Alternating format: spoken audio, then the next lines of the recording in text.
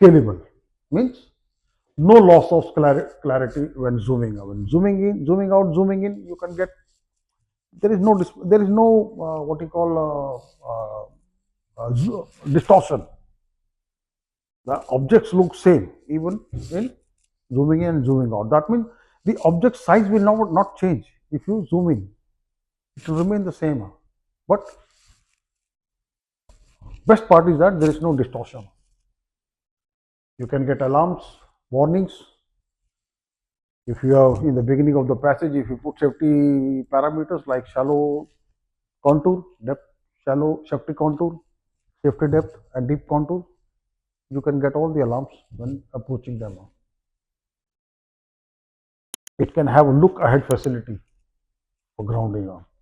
It can be in the form of a rectangle, or it can be formed in the form of a cone.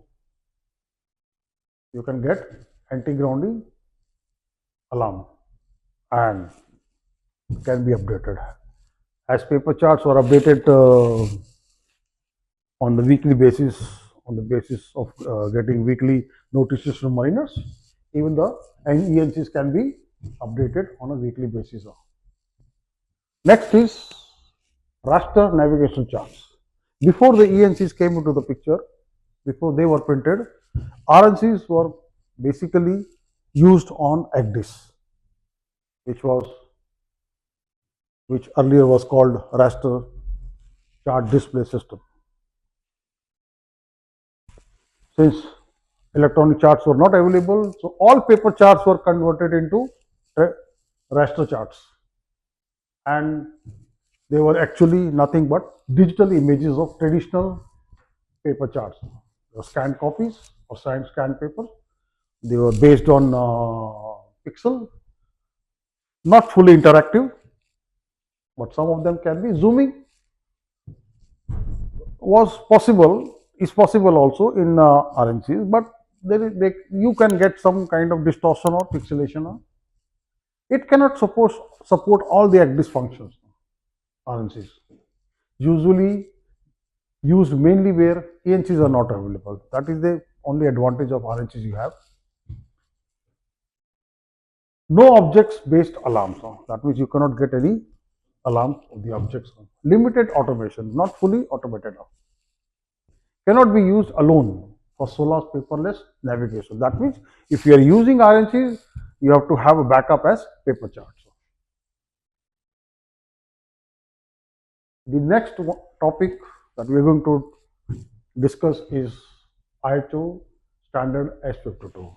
IHO is International Hydrographic Office. It has made some standard, some format. On the basis of that format, you display or transfer the ENCs.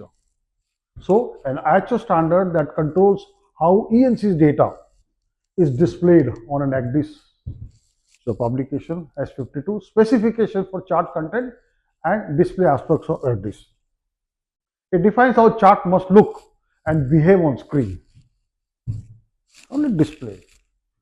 S52 standardizes chart presentation, that is color of depth, and lands, safety contours, lines, coastline, boundaries, symbol, rag, buoys, lights. It also standardizes priority and visibility. That means which object must be visible and which must be hidden. That is possible with IHO standard S52 format. It also standardizes alarm and indications like shallow and safety depth, and also isolated and prohibited areas. And the last is standardizes viewing modes, day, night. You can see anything. You can make it dusk. You can make it night, day, whatever you like. Now, what is the importance of S52?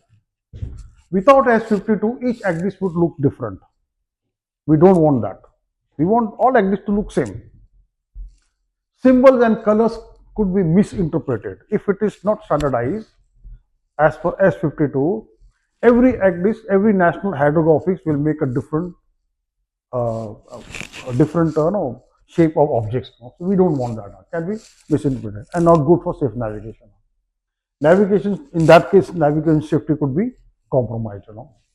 Now, with S52, every type approved ECDIS presents ENC data consistently and worldwide. So, let any national hydrographics in the world make ENCs. It has to be as per standard IHO standards S52. That means they will all look same, no matter where, which part of the globe, which national hydrographic is making that ENC. Mariners can safely switch between different manufacturers. Nowadays, there are many manufacturers of ECDIS. Different manufacturers are there, like Transa, JRCs, and all that.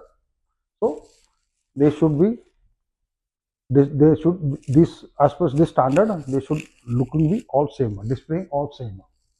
So in a nutshell, I can say S52 is the IHO standard that specifies how ENC information must be symbolized, colored, prioritized, and displayed on an ECDIS to ensure safe and consistent navigation. The next standard by IHO is standard S57. What is it? An IHO standard that defines how ENC's data is structured, very important, and encoded for use in ECDIS.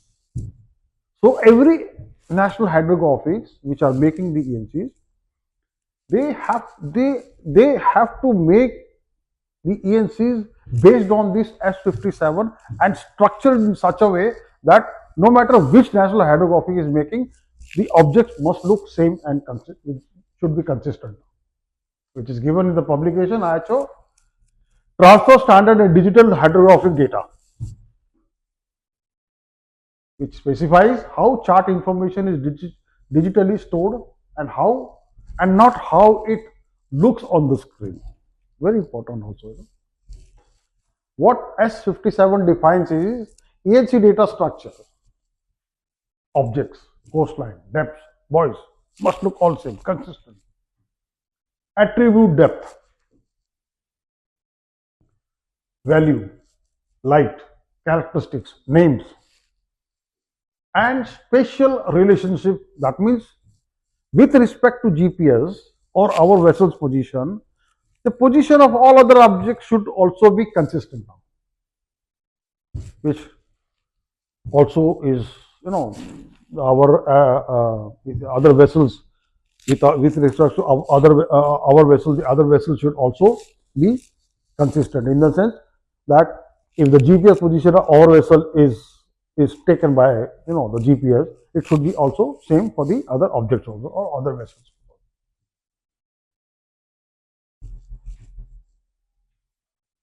Next, we will go and see what is it. What is the objects and attribute catalog?